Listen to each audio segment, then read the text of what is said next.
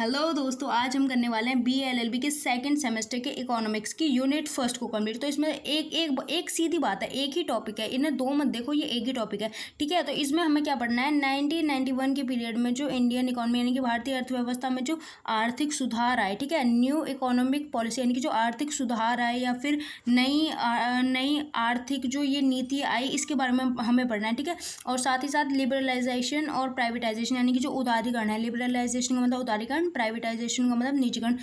उदारीकरण क्या है, निजीकरण क्या है, वैश्वीकरण क्या है, इसके बारे में पढ़ना है। यानी कि 1991 के टाइम पे हमारी भारत की अर्थव्यवस्था में कुछ सुधार हुए थे, कुछ चेंज हुए थे, उनके बारे में हमें पढ़ना है। बेसिक सी बात है। ठीक है, तो अब सुनो, ये जो आर्थिक सुधार, नवीन आर्थिक नीति या फिर नई आर्थिक नीति ऐसे करके भी आ जाता है, नई आर्थिक नीति के बारे में बताओ। ठीक है, तो ये जो है इसमें था क्या, इसमें सबसे पहले ये था कि भारत में जो 1991 है, 1991 से पहले भारत में LPQ चलता था, यानी कि लाइसेंस परमिट कोटा।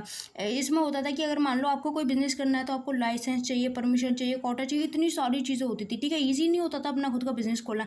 लेकिन 1991 के बाद में प्रधानमंत्री उस टाइम पे नरसिम्हा राव जी थे। 1991 में उस टाइम पे इन्होंने LPG, सिलेंडर वाला नहीं, LPG का मतलब है लिबरलाइजेशन यानी कि उदारीकरण, निजीकरण और वैश्वीकरण, इसकी नीति को अपनाया। ठीक है, ताकि देश का विकास किया जा सके, तो इसे ही आर्थिक नीति कहा जाता है। ठीक है, नई आर्थिक नीति इसे ही कहा जाता है। यानी कि 1991 से पहले LPQ था, बाद में LPG आया, तो इसे ही आर्थिक नीति कहते हैं। 1991 में लागू की गई नरसिम्हा राव जी के द्वारा।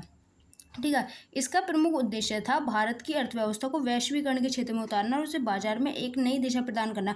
यानी कि अब तक जो भारत था वो बंद था एकदम। ऐसे मान लो भारत एक बच्चा है जो अपने घर में बंद था, लेकिन 1991 के बाद उसे देश के मतलब और भी ज़्यादा देशों से मिलाया गया, उसे घर से फाइनली बाहर निकाला गया, उसे थोड़ी बाहर की दुनिया दिखाई गई। ठीक है, तो यही है हमारी आर्थिक सुधार या नवीन आर्थिक नीति। अब इसके तत्व क्या हैं, इसके 3 तत्व हैं। पहला उदारीकरण, निजीकरण और वैश्वीकरण। इनके बारे में हम अभी आगे देखेंगे। ठीक है, तो अब सुनो होता क्या है। वर्ष 1991 से पहले भारत की जो हालत थी ना, बहुत ज़्यादा घटिया, खराब, जिसे आप बोल सकते हो वो थी। क्यों? क्योंकि हमारी नीतियाँ वगैरह इतनी अच्छी नहीं थी।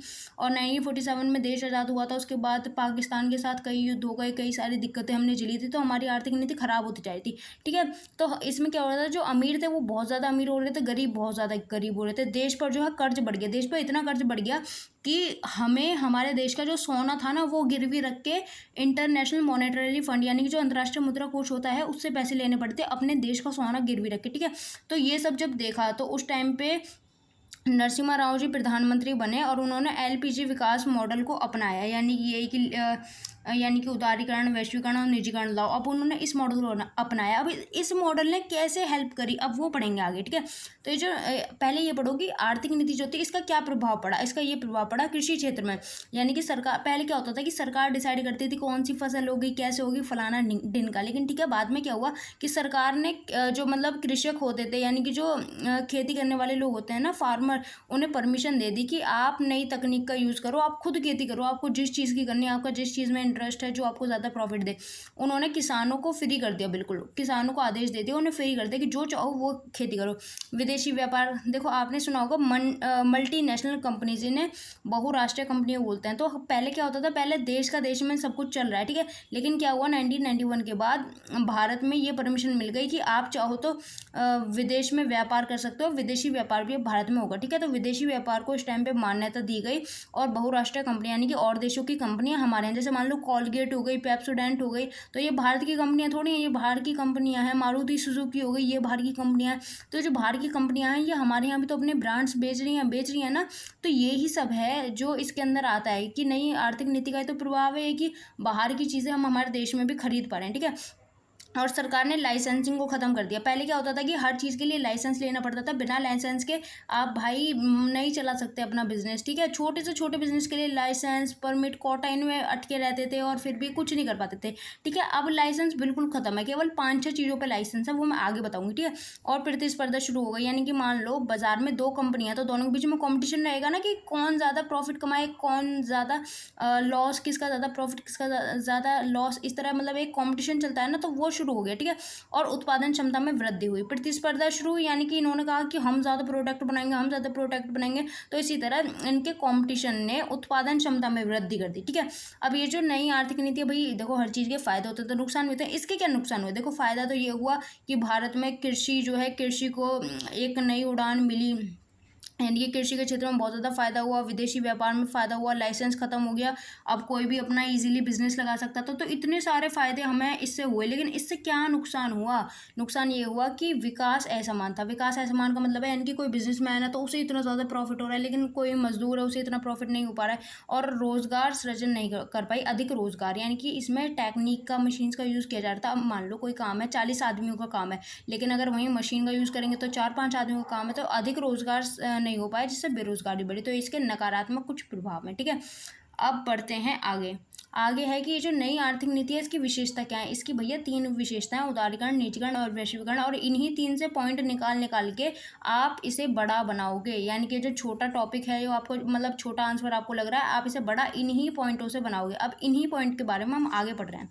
तो उदारीकरण क्या है? उदारीकरण, उदार, उदार का मतलब होता है उदार होना मतलब उदारीकरण का जो मतलब है वो ये है कि अब से पहले तो ये था भारत में कि मतलब आप बाहर बिजनेस नहीं कर सकते, बाहर वाला कोई आपके यहाँ के बिजनेस नहीं कर सकता। लेकिन 1991 में क्या हुआ, उद्योग और अन्य गतिविधियों पर जो सरकारी नियंत्रण थे उन्हें कम या समाप्त कर दिया गया। यानी कि जो लाइसेंस की प्रणाली थी वो हटा दी गई। लेकिन 5 चीज़ पर लाइसेंस था, जैसे कि तंबाकू, सिगरेट, युद्धपोत, खतरनाक रसायन जो बनाते हैं, केमिकल वगैरह, और औद्योगिक विस्फोट के पदार्थ जैसे कि दिया सलाई वगैरह हो गई, या फिर जो दिवाली वाले पटाखे होते हैं मतलब हानिकारक ना हो ज़्यादा ऐसे, और अल्कोहल आदि, इन पे अभी भी लाइसेंस लग रहा था, ठीक है। तो उदारीकरण में बेसिकली ये कर दिया गया इन्होंने, मतलब एक तो लाइसेंसिंग हटा दी कि अब लाइसेंस की ज़रूरत नहीं है, आप अपना बिजनेस खोल लो, लेकिन 5 चीज़ों में लाइसेंस चाहिएगा।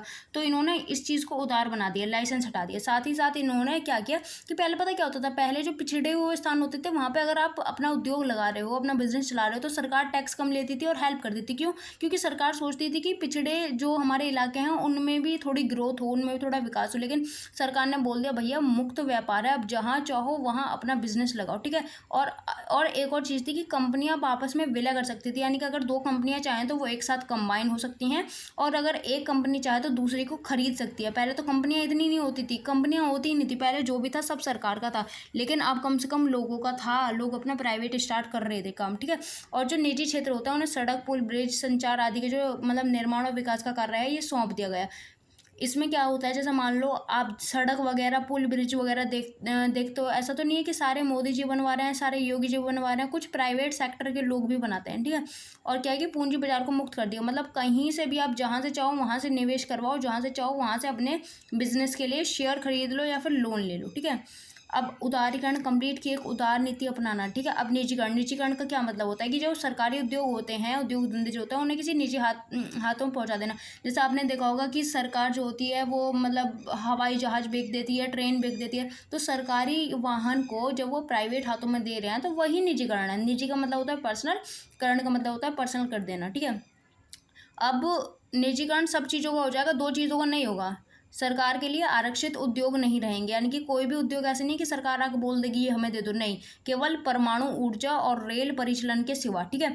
और साथ ही साथ घाटे में अगर कोई उद्योग चल रहा है तो वो निजी हाथों को बेच दिया जाएगा। मान लो जैसे कि कोई ट्रेन है, सरकारी ट्रेन, और वो घाटे में चल रही है, यानी कि प्रॉफिट नहीं मिल पा रहा, तो उसे प्राइवेट हाथों में दे दिया जाएगा। प्राइवेट जो आदमी है वो उसे मेंटेन करेगा, चलाएगा, ठीक है।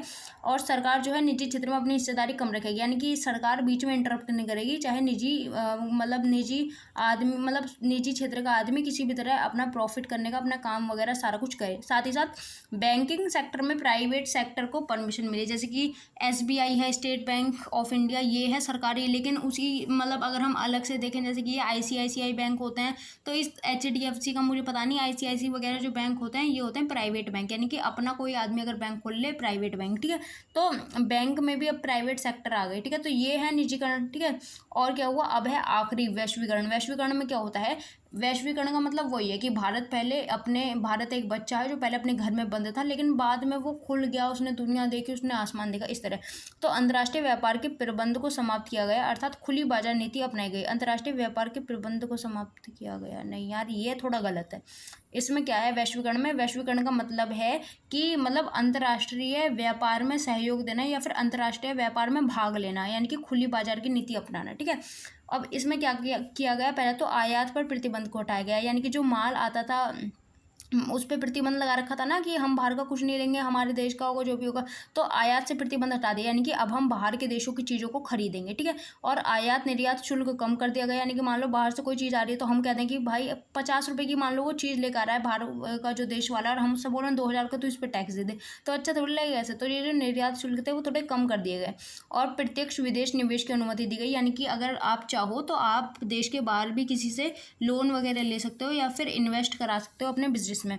और साथ ही साथ बहुराष्ट्रीय कंपनी यानी कि एमएनसी कंपनियों को व्यापार और उद्योग लगाने की अनुमति दी गई, जैसे कि मान लो मारुति सुजुकी है, कॉलगेट है, पेप्सोडेंट है। तो ये जो कंपनीज़ हैं ये भारत की नहीं है ना, ये बाहर की है ना, तो लेकिन ये भारत में भी चल रही हैं। तो ये परमिशन जो दी गई थी ये वैश्वीकरण के तहत ही दी गई थी। साथ ही साथ भारतीय कंपनियों को विदेश में व्यापार की अनुमति, यानी कि आपने देखा होगा टाटा जो है वो बाहर भी अपनी कंपनी चलाते हैं और भारत में भी चलाते हैं। तो जो भारत की कंपनियां थी उन्हें अनुमति देते, तुम बाहर जाओ, बाहर भी तुम बिजनेस कर सकते हो, ठीक है। और भारतीय कंपनी विदेश बाजार से पैसा ले सकती है, यानी कि अगर कोई इंडिया की कंपनियों से पैसा चाहिए तो विदेश के लोगों से ले सकती है, अगर कोई देना चाहे तो, ज़बरदस्ती तो छीनेगी नहीं। और लाइसेंस की जो प्रणाली थी वो समाप्त कर दी, यानी कि अब हर चीज़ के लिए, हर बिजनेस के लिए लाइसेंस नहीं चाहिए। तो आई होप आपको समझ आया होगा। यहाँ पे हमारा ये टॉपिक पूरी यूनिट जो है वो एंड हो रही है। आने वाली आगे वाली वीडियोज़ में हम unit 2nd, 3rd, 4th, 5th भी कंप्लीट करने वाले हैं। सो आई होप आपको पसंद आया हो। Thank you for watching. जय हिंद, जय भारत।